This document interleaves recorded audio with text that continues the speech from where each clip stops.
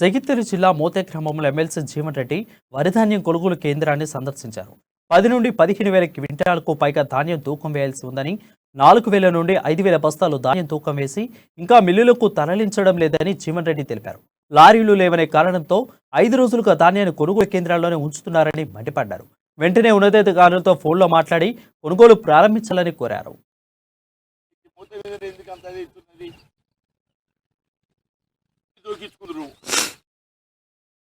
Rule అయిపోయింది. మరి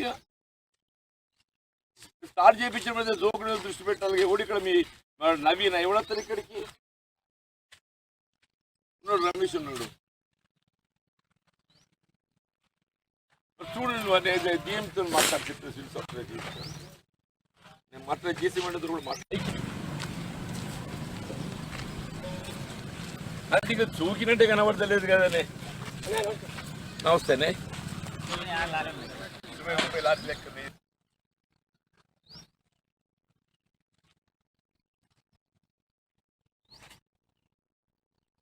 అట్లా కాదా, మీకు సెంటర్ అని దగ్గర పడ్డాయి. మూత మీద ఎందుకు అంత అది ఇస్తున్నది?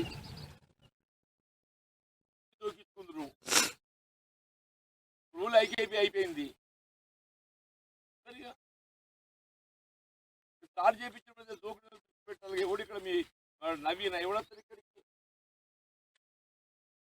రమేష్ ఉన్నాడు. చూడండి దీంతో మాట్లాడి